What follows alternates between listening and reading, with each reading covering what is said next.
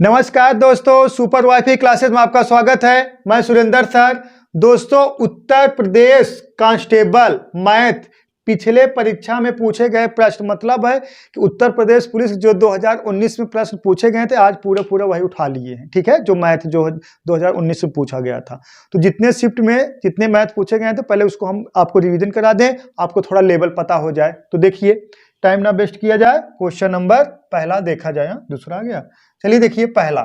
देखिए देखिएगा, देखिए एक खुदरा मूल्य विक्रेता 10 रुपए की दर से 7 वस्तुएं, 11 रुपए की दर से 9 वस्तुएं, 15 रुपए की दर से 14 वस्तुएं खरीदी। प्रति वस्तु बिक्री मूल्य ज्ञात करें यदि माना जाता है कि औसत लागत मूल्य 20% लाभ होना चाहिए। यदि माना जाता है जो औसत लागत मूल्य है उस पर कितना लाभ होना चाहिए दोस्तों? 20% लाभ होना चाहिए। अब बात समझिएगा, हम तो डायरेक्ट लगाएंगे क्योंकि डायरेक्ट आपको को लगाना है। बात समझिएगा, खुदरा मूल्य विक्रेता 10 रुपए की दर से 7 वस्तुएं खरीदे। अगर 10 रुपए की दर से 7 वस्तुएं खरीदे तो कितना हो जाएगा? 10 गुणे कितना 7 बराबर दोस्तों कितना? 70 रुपए, मतलब 70 रुपए में वस्तु खरीदे होंगे। और आगे कहा गया है 11 रुपए के दर से 9 वस्तुएं, तो 11 गुणे कितना 9 बराबर 11 9 99। कितना रुपए खर्च होगा दोस्तों? 99 रुपए। आगे कहा गया है 15 रुपए की दर से दोस्तों 14 वस्तुएं, तो 15 इंटू कितना दोस्तों? 14। ठीक है, तो बराबर हो जाएगा कितना? 15 चौका 60, जीरो हाथ से लगा 6, 15 करना 15, 15 6 21, 210। सहमत हो बालक? 210। अगर का पूछा गया, अगर ये पूछा जाता कि 10 रुपए की दर से, यही कहा गया 10 रुपए की दर 7 वस्तु खरीदने कितना रुपए खर्च हुआ दोस्तों?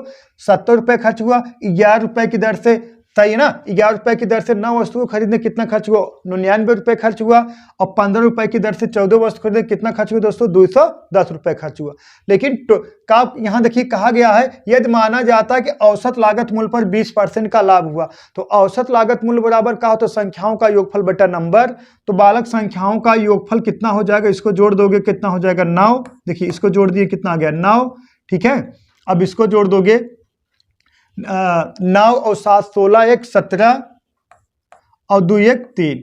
तो देखिए औसत बराबर का होता है बालक? योगफल बटा नंबर। औसत लागत मूल्य पर 20% का लाभ हुआ है, तो कितना? 379 और बटा कितना? इसको जोड़ दोगे कितना आएगा यार बालक? इसको जोड़ दोगे कितना आएगा? 10। और कितना वस्तुएं? देखिएगा 10 वस्तुएं, और उसके बाद कितना वस्तुएं बालक? 14 वस्तुएं, और उसके बाद कितना वस्तु है बोलो? और 9 वस्तु है। 10 9 और 14। ठीक है, नहीं 7 7 और 14 21 और 9 कितना? 30। कुल टोटल कितने वस्तु हो जाएंगे दोस्तों? 30 वस्तु हो जाएंगे। और इस पर कितने का लाभ हो रहा है? इस पर कितने का लाभ हो रहा है बालक? इस पर लाभ हो रहा है आपको 20% का। कितना लाभ हो रहा है दोस्तों? 20% का। तो 120 बटा 100 कितना लाभ हो रहा है दोस्तों? 20%। 120 बटा 100 समझ में। औसत बराबर होता है योगफल बटा नंबर। तो टोटल जो नंबर हैं, जो वस्तुओं की संख्या कितना थी? 7 था दोस्तों, उसके बाद कितना था? 14 था, उसके बाद कितना था? 9। तो योगफल कितना आ गया? 30। और इसका जो पूरा योगफल कितना आ गया कि कितना पूरा मूल्य का योगफल कितना आ गया? 379 हो गया। तो योगफल बटा नंबर, इसी पर कितने का लाभ होगा? 20% लाभ होगा।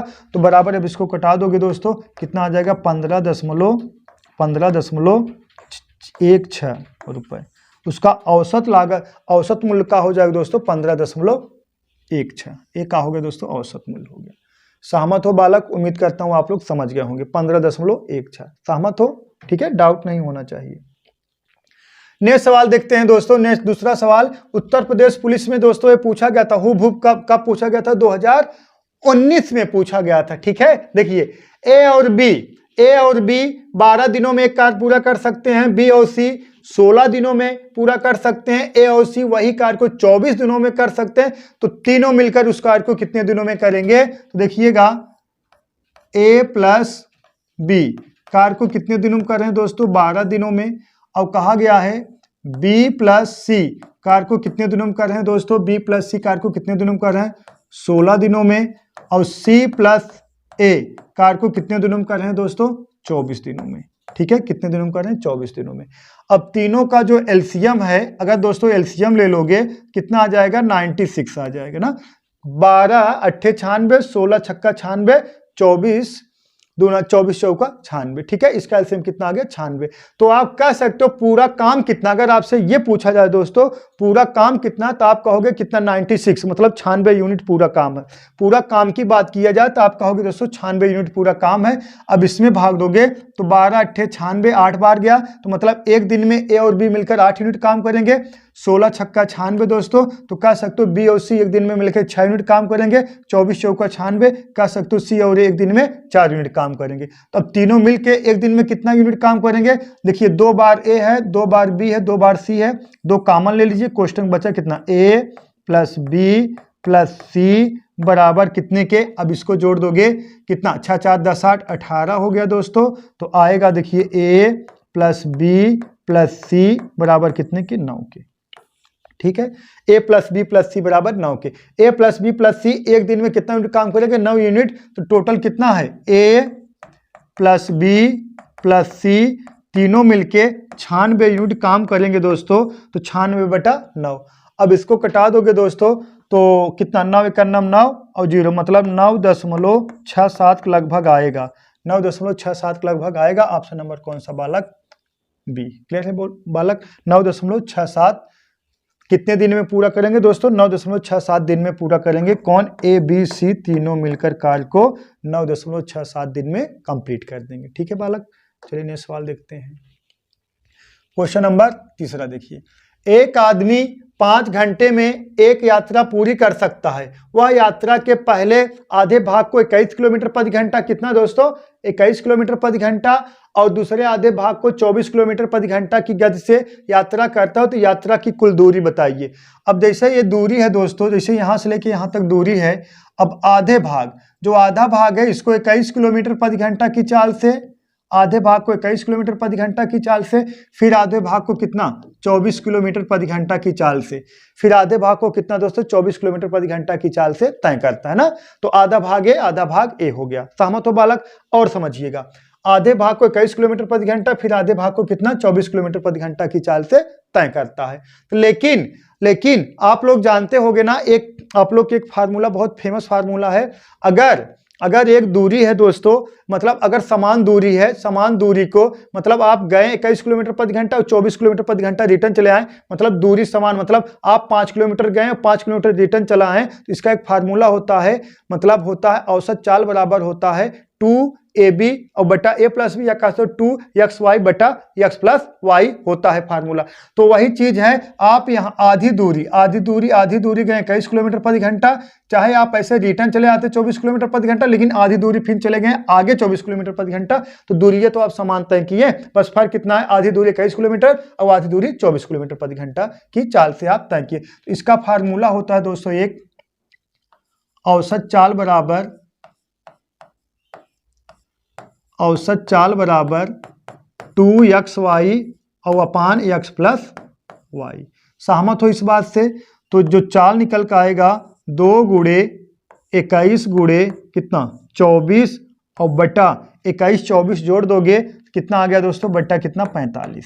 सहमत हो। अब कटा दीजिए, किससे कटाया जाए, 3 से। 3 से कटा दोगे आ गया दोस्तों कितना 15, 3 से कटा दिए कितना आ गया 7। सहमत हो। फिर 3 से कटा दो, ये आ गया 8, फिर 3 से इसको कटा दो आ गया दोस्तों कितना 5। सही है बालक, कितना आ गया 5। तो आप गुणा कर दोगे दोस्तों, इसको गुणा कर दोगे, देखिए 7 8 56 दूना कितना होता है 112। कितना दोस्तों 112 बटा कितना 5, ठीक है। 112 बटा 5 किलोमीटर प्रति घंटा, यही कहा गया दोस्तों, चाल आ गया।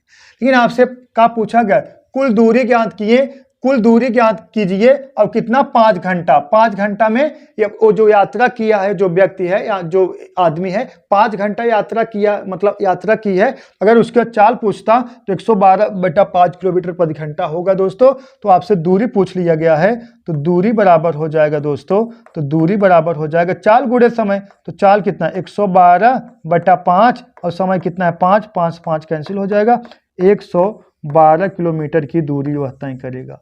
कितना दोस्तों 112 किलोमीटर दूरी। ऑप्शन नंबर ए क्लियर है, ठीक है। कितना दूरी तय करेगा दोस्तों, 112 किलोमीटर की दूरी तय करेगा, ठीक है बालक। एक तो तरीका ऐसे है, एक तरीका और बता दे रहे हैं आप लोग को, वो भी लगा लीजिए। देखिए बात समझिएगा, मिटा दिया जाए इसको। देखिए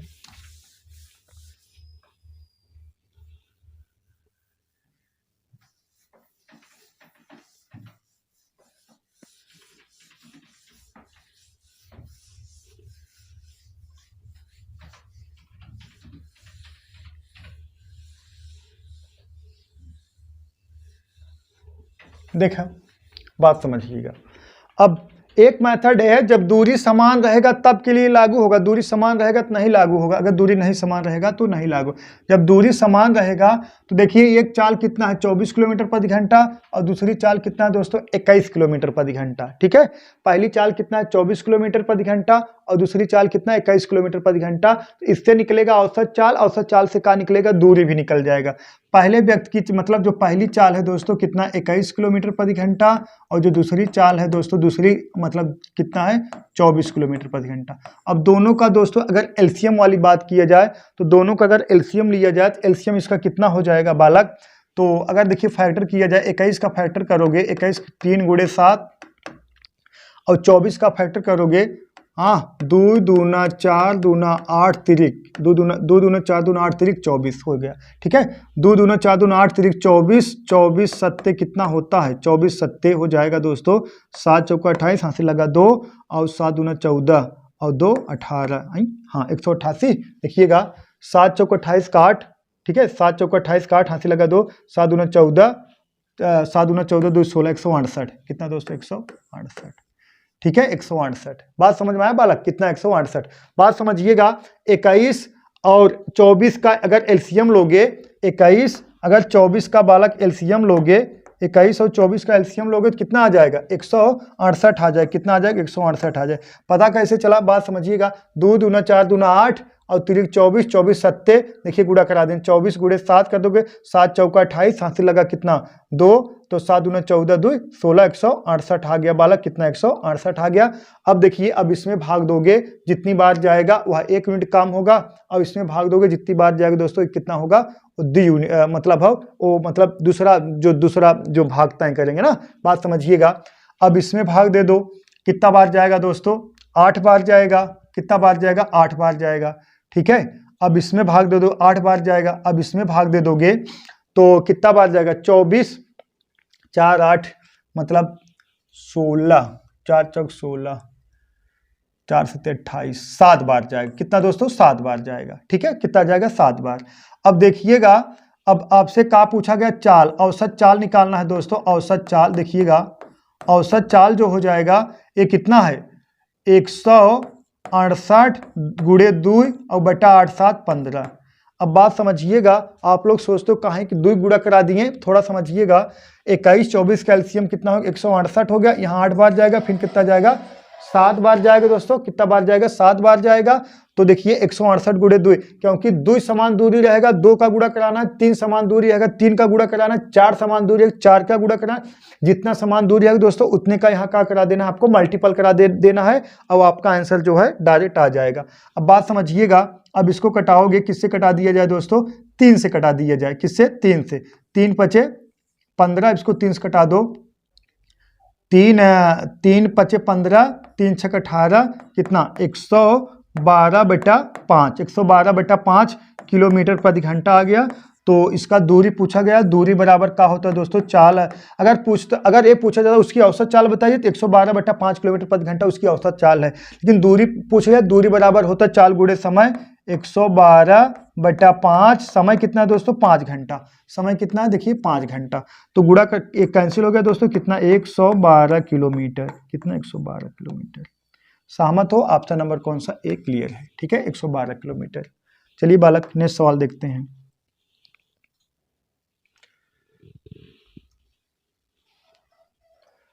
देखिए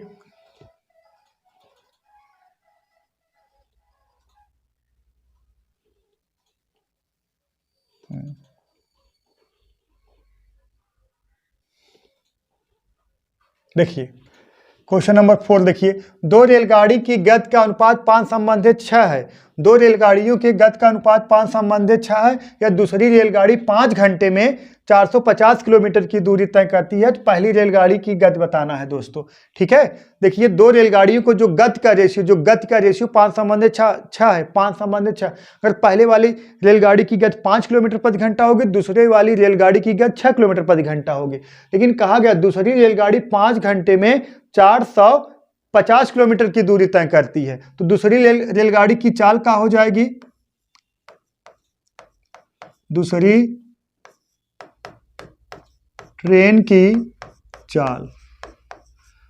ट्रेन की चाल हो जाएगा बालक का दूरी बटा समय। समय कितना दोस्तों? 5 घंटा, 5 9 45, 90 किलोमीटर प्रति घंटा। कितना? 90 किलोमीटर प्रति घंटा। अगर आपसे ये पूछा जाता दूसरी ट्रेन की चाल बताइए, तो 90 किलोमीटर प्रति घंटा है। तो ये कहा गया है दूसरी ट्रेन का जो पहली और दूसरी ट्रेन का जो गति का रेशियो है दोस्तों 5 संबंधित 6 है, तो दूसरी वाली ट्रेन की चाल कितना है? 6 के रेशियो में। तो यही 6 यूनिट बराबर दोस्तों कितने के? 90 के। तो 1 यूनिट बराबर दोस्तों कितने के? 15 के। 1 यूनिट बराबर कितने के? 15 के। तो 5 यूनिट बराबर 15 5 75 किलोमीटर प्रति घंटा। 75 किलोमीटर प्रति घंटा। अगर पूछा गया है पहली ट्रेन की चाल कितना है दोस्तों, पहली ट्रेन की चाल है 75 किलोमीटर प्रति घंटा। ठीक है बालक, पहली ट्रेन की चाल कितना है? 75 किलोमीटर प्रति घंटा। ठीक है बालक, उम्मीद करता हूँ आप लोग समझ गए होंगे। ठीक है, चलिए नेक्स्ट सवाल देखते हैं। चलिए देखिए, एक आयताकार भूखंड की लंबाई इसकी चौड़ाई की 3 गुनी है। बात समझिएगा, एक आयताकार भूखंड की लंबाई इसकी चौड़ाई से 3 गुनी है। भूखंड का क्षेत्रफल 768 मीटर स्क्वायर होना चाहिए, क्षेत्रफल है 768 मीटर स्क्वायर, मतलब मीटर स्क्वायर है। तो भूखंड का परिमाप बताइए। ठीक है बालक, एक आयताकार भूखंड की लंबाई चौड़ाई से 3 गुनी है। ठीक है बालक, अगर देखिएगा L और B, ठीक है, लंबाई अगर चौड़ाई का है बालक x है, ये कितना हो जाएगा? 3x हो जाएगा। ठीक है, यही कहा गया है ना, लंबाई चौड़ाई की 3 गुनी है। तो अगर लंबाई बालक x मान लीजिए, चौड़ाई कितना हो जाएगा? 3x हो जाएगा। इस बात से सहमत हो? यही कहा गया 3 गुनी है। यदि भूखंड का क्षेत्रफल कितना? 768 सेंटीमीटर स्क्वायर है, तो इसको कह सकते हैं मतलब आयत का क्षेत्रफल बराबर क्या होता है? याद है कि नहीं आप लोग को? आयत का क्षेत्रफल बराबर होता है L इंटू बी। ठीक है बालक, L इंटू बी। L की वैल्यू कितना? 3x, B के वैल्यू कितना? x। देखिएगा 3x इंटू कितना? x बराबर कितने के? 768 के। समझ में आया? 768 के। अब इसको देखिए कटा दीजिए, 3 का नम 3, इसको कटाइए, 3 दूना 6, 3 5 15, 3 6 18। तो x स्क्वायर बराबर कितने के? 256 के। तो x बराबर कितने के? 16 मीटर के। x बराबर कितने के? 16 मीटर के। अब आपसे अगर पूछा जाता लंबाई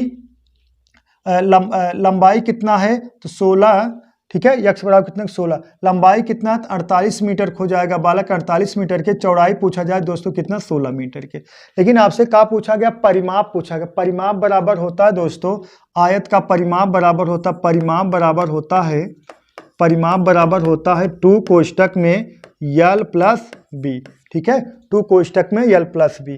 अब बात समझिएगा, परिमाप निकालना है बालक, परिमाप निकालना है तो 2 कोष्टक में L की वैल्यू कितना है? L की वैल्यू आपका आ गया है दोस्तों 48 और प्लस, और B की वैल्यू कितना आ गया? 16। ठीक है बालक, 48 16 जोड़ दो कितना आ गया? 64, 64 दूना कितना? 128 मीटर, 128। ठीक है, अब ये जान लीजिए 128 मीटर, ये जान लीजिए आयत का परिमाप कितना होगा दोस्तों? 128 मीटर। ठीक है, ऑप्शन नंबर कौन सा करेक्ट है? सी। सही है दोस्तों, उम्मीद करता हूं आप लोग समझ गए होंगे। जो चीजें ना समझ में आप लोग जरूर कमेंट किया करो यार। ठीक है, और जुड़ जाइए सुपर वाईफाई क्लासेस से, एक धमाकेदार एकदम में जान लीजिए हमारा जो है ऑफलाइन की क्लास यहाँ मछली शहर में चलता है दोस्तों। तो यहाँ एकदम A ग्रेड का मैटर दिया जाता है ना। फिलहाल में तो आपको उत्तर प्रदेश पुलिस का पढ़ा रहे हैं, तो वही लेवल हमें बताना पड़ेगा। हम तो दोस्तों एकदम CGL लेवल पढ़ाते हैं। ठीक है, एकदम CGL लेवल मैथ रीजनिंग चलता है। और ना विश्वास हो तो हमारा नंबर सिस्टम का 3-4 क्लास डाल चुके हैं, देख लीजिएगा। 4 टाइप या 5 टाइप पढ़ाए हैं, देख लीजिएगा। और नंबर सिस्टम 4-5 ही टाइप पढ़ाए है, तो बहुत लंबा। ठीक है, घबराइएगा मत। तो चलिए देखते हैं, कम से कम 22 टाइप है नंबर सिस्टम में, हल्के में नहीं पढ़ाते हैं। ठीक है, हल्के में मत लीजिए। देखिए क्वेश्चन नंबर 6 देखिए, एक 5 अंकों की संख्या कितना है दोस्तों, 24, 7, एक है यक्स, यक्स 8, 5 अंकों की संख्या 44 से विभाजित है। किससे दोस्तों, 44 से विभाजित है। तो कौन सा अंक यक्स को प्रस्थापित कर सकता है, कौन सा अंक दोस्तों यक्स को प्रस्थापित कर सकता है। तो अब देखिए 44 से विभाजित है, 44 से विभाजित होगा तो इसका विभाजितक नियम होगा 4 और 11। जो संख्या दोस्तों 4 और 11 से डिवाइड होगी, नहीं, जो संख्याएं 44 को मतलब जितनी संख्याएं होगी 44 जिन संख्याओं को विभाजित करेंगी तो वह संख्या 4 और 11 से वो भी संख्याएं कहाँ होंगी दोस्तों, विभाजित होंगी ना। क्योंकि आप बात समझिएगा, देखिएगा, जो संख्याएं दोस्तों, जो संख्याएं 44 से विभाजित होंगी तो वो संख्याएं 4 और 11 से कहाँ होंगी दोस्तों, विभाजित होंगी। तो इसका जो हम ऐसे जो फैक्टर करेंगे, फैक्टर तो हम कर सकते हैं 22 गुणे 2, वो भी कर सकते हैं, लेकिन जो फैक्टर किया जाता है सहभाज्य संख्या। सहभाज्य संख्या का मतलब है संख्या अभाज्य हो या ना हो, लेकिन इसका एचसीएफ हाई कॉमन फैक्टर जो होना चाहिए, जिसका एचसीएफ कितना होना चाहिए, 1 होना चाहिए। ठीक है, जैसे अब 18 से अगर बात किया जाए, 18 को कौन कौन संख्या विभाजित, जो संख्या 18 जो जैसे ये संख्या 18 जिन संख्याओं को डिवाइड करेगी वह संख्या दोस्तों किससे देखिएगा 9 और 2 को डिवाइड करेगी। अब इसका फैक्टर तो 6 और 3 भी हो सकता है, लेकिन 6 3 का एचसीएफ 3 आएगा, लेकिन इसका एचसीएफ कितना आएगा, 1 आएगा। समझ में आया बालक। अब देखिएगा, अब यहाँ पे अब देखिए, अब विभाजितक नियम में है, ये कहता है जो 4 से संख्या वो डिवाइड होगा, जो अंतिम 2 अंक अगर 4 से डिवाइड है तो पूरी संख्या 4 से डिवाइड रहेगी, लेकिन अंतिम अगर 3 अंक 4 से डिवाइड है तो पूरी संख्या 4 से डिवाइड रहेगी। अंतिम 4 अंक अगर अंतिम 2 अंक 2 से डिवाइड है, अंतिम 2 अंक अगर 4 से डिवाइड पूरी संख्या 4 से डिवाइड रहेगा। अगर इकाई अंक दोस्तों 2 से डिवाइड तो पूरी संख्या 2 से डिवाइड रहेगा, और दहाई अंक मतलब अंतिम 2 अंक अगर 4 से डिवाइड पूरी संख्या 4 से डिवाइड है, अंतिम 3 अंक अगर 8 से डिवाइड तो पूरी संख्या 8 से डिवाइड होगी। तो कहानी ये है, अगर बालक यहाँ हम रखेंगे, ऑप्शन से रखेंगे, यहाँ 1 रखेंगे 18 होगा का 4 से डिवाइड है, नहीं डिवाइड है। 2 रखेंगे 28 होगा 4 से डिवाइड है, हाँ करेक्ट है। 3 रखेंगे का 4 से डिवाइड है, नहीं डिवाइड है। अब 4 रखेंगे, ये भी डिवाइड है। ठीक है, अब 2 ऑप्शन देखिए, ए वाला ऑप्शन और ए वाला ऑप्शन कैंसिल हो गया, यही 2 ऑप्शन बचा है। अब हम किससे चेक करेंगे दोस्तों, 11 विभाजितक नियम। 11 का विभाजितक नियम क्या कहता है, मतलब इसके अल्टरनेट मतलब एकांतर क्रम में जोड़िए जिसका अंतर या 0 हो या 11 का मल्टीपल हो। तो पहली स्थिति क्या होगी, देखिएगा 2 4 7, अब का रख देंगे, देखिए 2 को उठा लीजिए, यक्स जगह का रख देंगे 2 और 8। ठीक है बालक, अब देखिएगा अल्टरनेट जोड़िए, 7 2 9 और 9 8, कितना आ गया बालक, 17। ठीक है, अब यहाँ देखिए 7 4 2 6, ठीक है 6। अब इसका डिफरेंट कितना आ रहा, अंतर कितना आ रहा है दोस्तों, 11 आ रहा है, 11।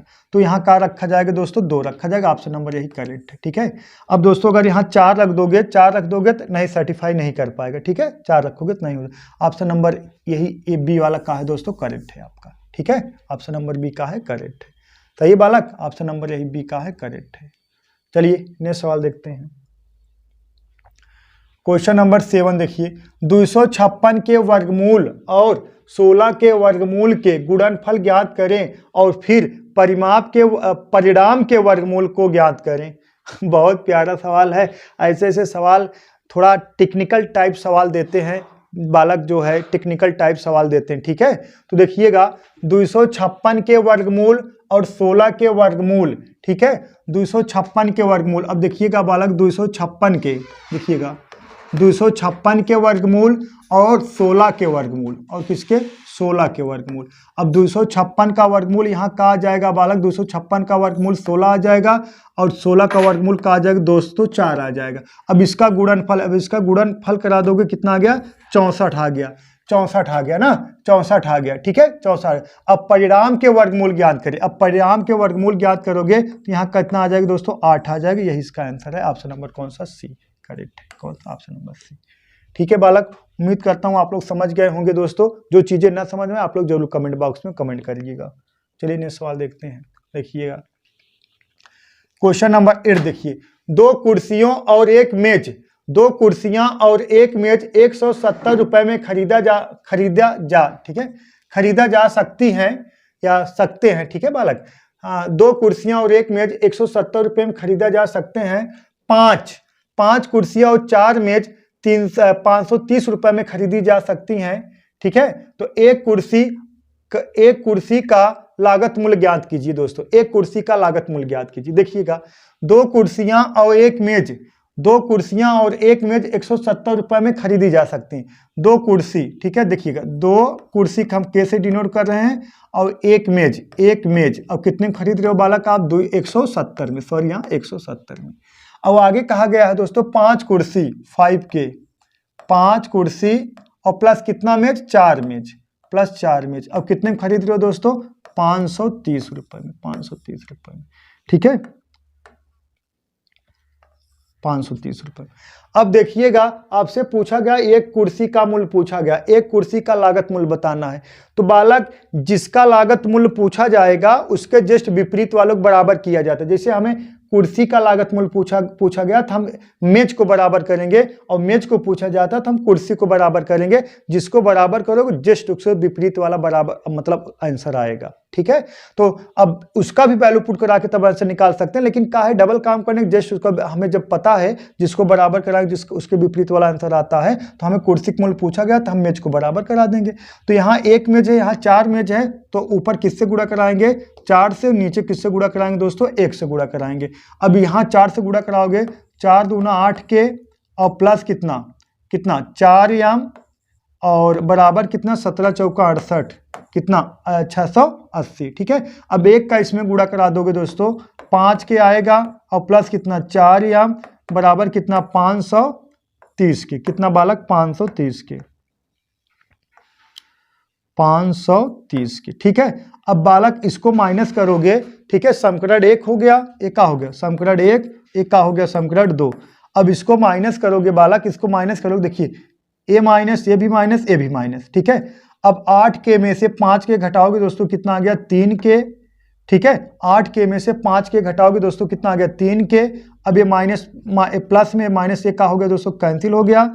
ये देखिए 680 में से 530 घटाओगे, 680 में से 530 घटाओगे 0, 5 और कितना 1, ठीक है। 3K बराबर कितने के? 150 के, तो K बराबर दोस्तों कितना आ गया? 50 के। 3K बराबर कितना आ गया? 50 के। तो एक कुर्सी का लागत मूल्य कितना आएगा दोस्तों? 50 रुपए। एक कुर्सी का लागत मूल्य कितना आएगा? 50 रुपए। उत्तर प्रदेश पुलिस में ऐसे सवाल बने थे, कब? 2019 में बने थे, ठीक है। चलिए नेक्स्ट सवाल देखते हैं। देखिए नेक्स्ट क्वेश्चन नंबर 9 देखिए, लगाइए क्वेश्चन नंबर 9। जोड़ घटाना है, देखते हैं किसका आंसर है। जोड़ घटाना है, ठीक है, लगाइए। जोड़ घटाना आता है कि नहीं अभी तो पता चलेगा, आप लोग लगाइए।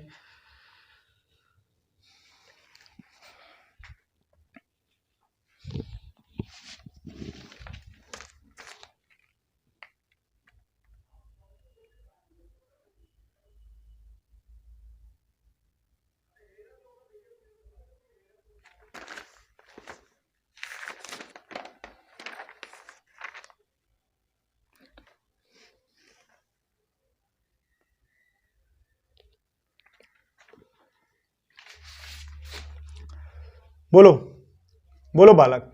देखिए एकदम जोड़ घटाना है। यक्स के पास बैंक खाते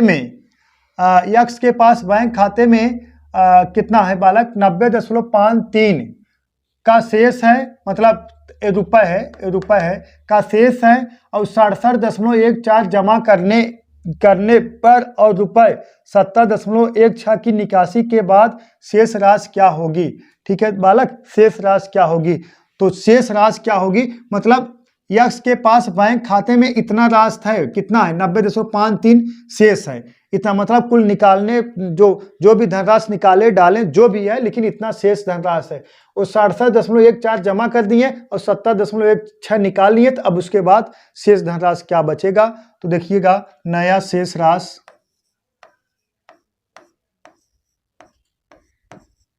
नया शेष राशि, ठीक है। नया शेष राशि कितना?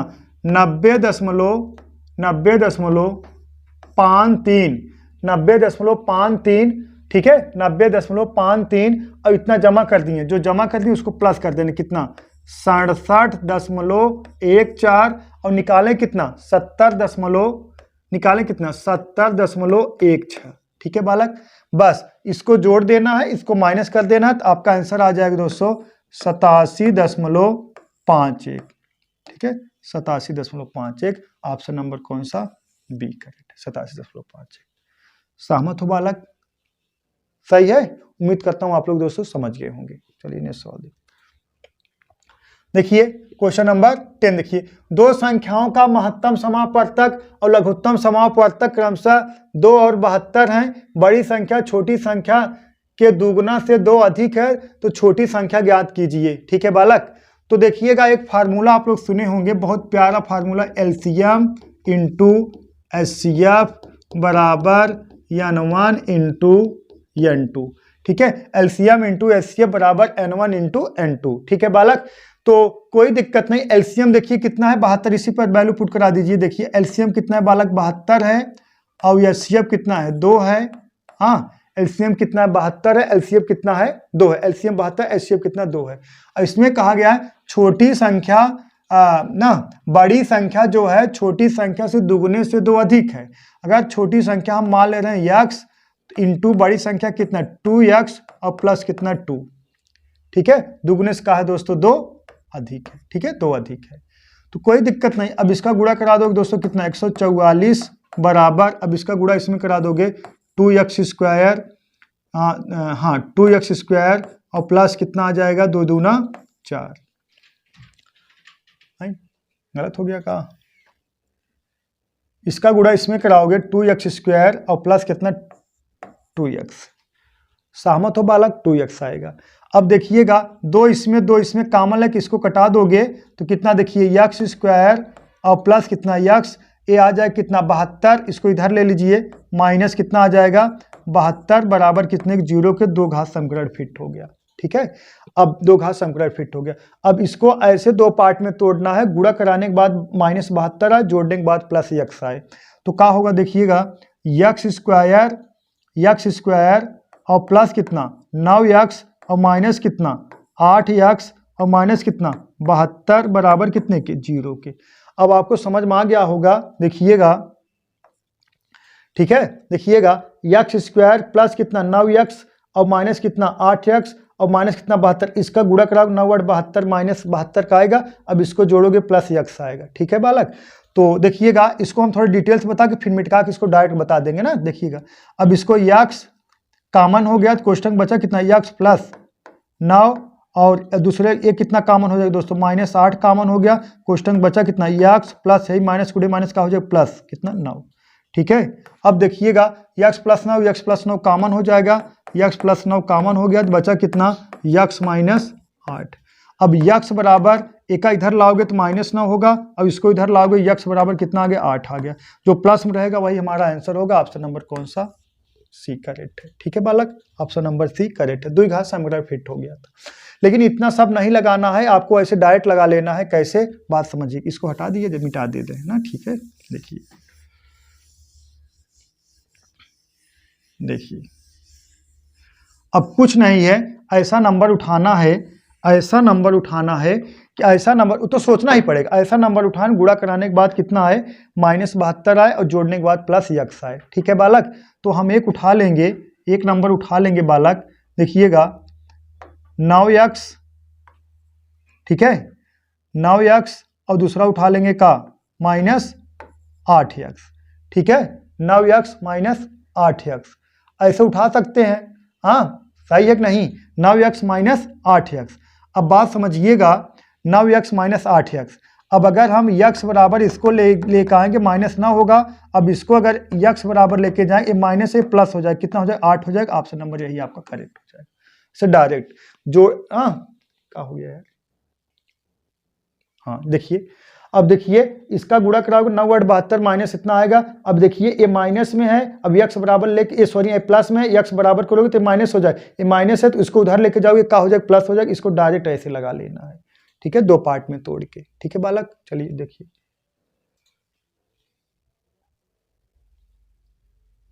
देखिए क्वेश्चन नंबर 11, देखिए 800 के 85% के 120% के 40% ज्ञात कीजिए। ठीक है बालक, बात समझिएगा, लगाइए 800 के 85% के 120% के 40% ज्ञात कीजिए। लगाइए थोड़ा आप लोग।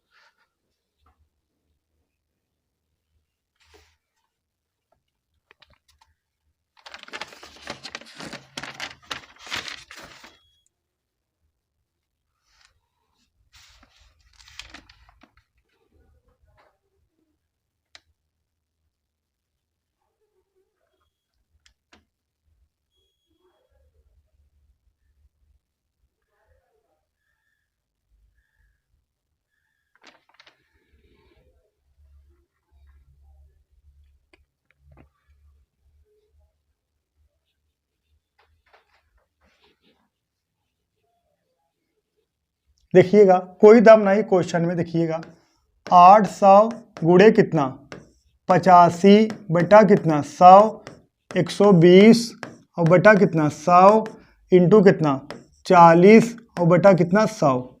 ठीक है बालक 100। अब इसको कटा दोगे, 2 जीरो 2 जीरो से कट गया, ये 2 जीरो 2 जीरो से कट गया। ठीक है बालक 2 जीरो 2 जीरो से कट गया। अब इसको कटा दोगे, इसको सॉल्व कर दोगे दोस्तों, कुछ आ जाएगा। हाँ ऑप्शन इसका ऑप्शन सही नहीं है। ठीक है, ऑप्शन इसका करेक्ट नहीं है, तो देख लेंगे हम गुणा करा के। इतना जीरो जीरो कट गया। अब इसको कटा दो कितना 17, इसको कटा दो 5 से कितना 20, इसको कटा दो 4, इसको कटा दो 10, इसी पर रोक दीजिए। ठीक है, इसी पर रोक दीजिए। अब इसको देखिए बचा कितना 17 गुणे 4 गुणे 17 गुणे 12 गुणे 4 और बटा 10। और जो भी आएगा आंसर दशमलव में आएगा। यहाँ दशमलव में तो है नहीं। ठीक है बालक, यहाँ दशमलव तो है नहीं, तो कुछ आएगा 326.4 करके आएगा, शायद 326.4 आएगा। ठीक है बालक 326.4। देखिएगा 4 दूना 8, 4 दूना 8, देखिएगा 4 दूना 8 और 8 है 7 56 और 6 बच गया, 6 हो गया, 6 चौक 24 4। हाँ सही है, 326.4 के लगभग आएगा। इसमें ऑप्शन सही नहीं, ऑप्शन नंबर ई बना लीजिए 326.4 रुपये। ठीक है 326.4। ठीक है बालक, चलिए नेक्स्ट सवाल देखते हैं। क्वेश्चन नंबर 12 देखिए, यदि 4/5 अनुपाते 12 बटा कितना हो बालक 12/10 हो, समान अनुपाते यक्स। ठीक है, समान अनुपाते यक्स बटा 6 अनुपाते कितना 9/2 हो, तो यक्स का मान ज्ञात कीजिए। ठीक है बालक, देखिएगा अब आप लोग जानते होंगे जब समान अनुपात रहेगा अंदर अंदर गुणा कराया जाता है दोस्तों, और बाहर बाहर से गुणा कराया जाता है। ठीक है, तो क्या मिलेगा देखिएगा 4/5 इंटू, और इसको बाहर बाहर से गुणा करा दोगे 9/2 बराबर दोस्तों। अब अंदर अंदर कितना है देखिएगा 12 बटा कितना 10 और गुणे कितना यक्स बटा कितना 6। सहमत हो बालक? सही है, समझ में आया। देखिएगा जब देखिएगा इसको अनुपात कहा जाता है, डबल मतलब 4 बार डॉट है उसको समान अनुपात कहा जाता है। ठीक है, अब अंदर अंदर गुणा और बाहर बाहर गुणा कराओगे, देखिएगा 4/5 इंटू 9/2 बराबर अंदर देखिए 12/10 इंटू यक्स बटा 6। अब कटाइए बालक, देखिएगा कटा दीजिए, 6 का नम 6, 6 दूना 12, 2 का नम 2, 2 पचे 10। सहमत हो? 2 का नम 2, 2 दूना 4। क्लियर है बालक? सही है, क्लियर है। अब जो आएगा देखिएगा, अब यहाँ तो गुणा हो जाएगा, तो ये कितना आ गया 9 दूना 18 बटा कितना 5 बराबर कितने के यक्स बटा 5 है। 5 कैंसिल हो गए, तो यक्स बराबर कितना आ गया बालक 18 आ गया। यक्स बराबर 18, ऑप्शन नंबर कौन सा डी करेक्ट है, यक्स बराबर 18। ठीक है दोस्तों, उम्मीद करता हूँ आप लोग समझ गए होंगे। चलिए नेक्स्ट सवाल देखते हैं। देखिए क्वेश्चन नंबर 13, देखिए लगाइए क्वेश्चन नंबर 13। क्वेश्चन कोई दम है नहीं बालक, देखते हैं आप लोग का आंसर आता है कि नहीं आता। देखिए लगाइए, देखिए यदि एक वस्तु 300 रुपए में खरीदी गई और उस पर 50 रुपए मरम्मत के रूप में खर्च किए गए और इसके अंकित मूल्य पर 20% लाभ पर बेचा जाना चाहिए जो कि लागत मूल्य से 10% अधिक अंकित है, तो आवश्यक विक्रय मूल्य क्या होगा। तो आवश्यक विक्रय मूल्य क्या होगा, कोई दिक्कत नहीं दोस्तों। देखिए वस्तु का जो मूल्य है दोस्तों कितना है 300 रुपए, लेकिन वास्तविक मूल्य कितना हो जाएगा 350 रुपए का। 350 रुपए आप मरम्मत पे खर्च किए हैं, तो वास्तविक लागत मूल्य, वास्तविक लागत मूल्य, वास्तविक लागत मूल्य होगा कितना 300 और प्लस कितना 50 बराबर कितने 350 के वास्तविक लागत मूल्य। तो हमसे एसपी पूछा गया है, तो एसपी बराबर विक्रय मूल्य 350 पे कितना पहले प्रॉफिट लेना है 20%। 350 पे लागत मूल्य पर देखा, लागत मूल्य पर 10% अधिक अंकित किया गया 110/100, तब उसके बाद इस पर 20% अंकित मूल्य अंकित किया गया तो 120/100। ठीक है बालक, 120/100। तो अब दोस्तों इसको कटा दोगे तो देखिएगा, अगर देखिए कटा देना, देखिए 2 जीरो कैंसिल हो गया, हाँ ये 2 जीरो, ये 2 जीरो, एक जीरो कैंसिल हो गया बालक, 1 जीरो बचा है, 5 दूना 10 और 7 बचे 35, 2 1 9 2, 2 6 12। ठीक है बालक, अब इसका गुणा करा दोगे दोस्तों तो ये आ जाएगा 462। कितना दोस्तों 462। क्लियर है बालक, कितना 462। ठीक है 462। ठीक है, 7 गुणे 11 गुणे 6 करा दोगे तो 462 आएगा। तो बात समझिएगा, देखिएगा 6 का नाम 6, 7 छंग 42। ठीक है, तो 462 आएगा। ठीक है बालक, चलिए उम्मीद करता हूँ आप लोग समझ गए होंगे। चलिए नेक्स्ट सवाल देखते हैं। देखिए क्वेश्चन नंबर 14 बताइए, देखते हैं किसका आंसर आता है, लगाइए।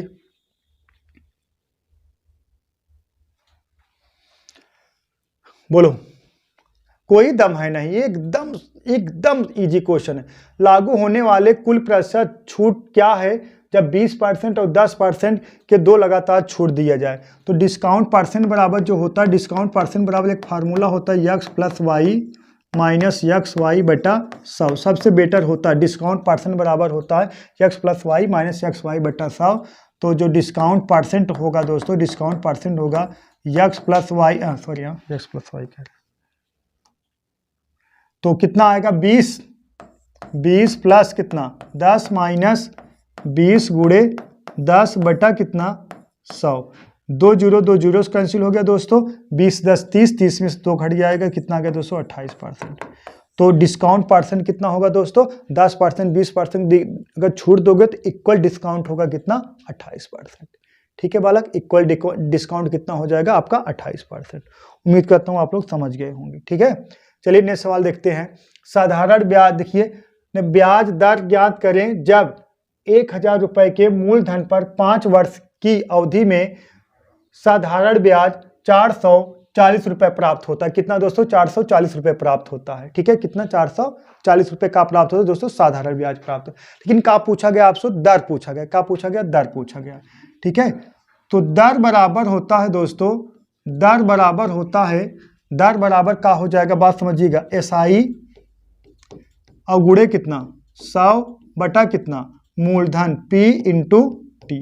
ठीक है, दर बराबर होता, तो हमसे दर पूछा गया रेट। ठीक है, रेट पूछा गया तो R बराबर हो जाएगा, SI दे दिया गया कितना 440 इंटू SI दे दिया कितना 440 इंटू कितना 100 और बटा कितना बालक P, मूलधन कितना 1000 है, कितना 1000 और गुणे कितना बालक, कितना वर्ष है 5 वर्ष है। कितना वर्ष है दोस्तों 5 वर्ष है। अब 3 जीरो कैंसिल हो गए, 3 जीरो कैंसिल हो गए। अब इसमें भाग दे दोगे तो आएगा कितना 845 8.8%। ठीक है, 8.8%। ऑप्शन नंबर कौन सा, सी करेक्ट है, 8.8%। चलिए दोस्तों नेक्स्ट सवाल देखते हैं।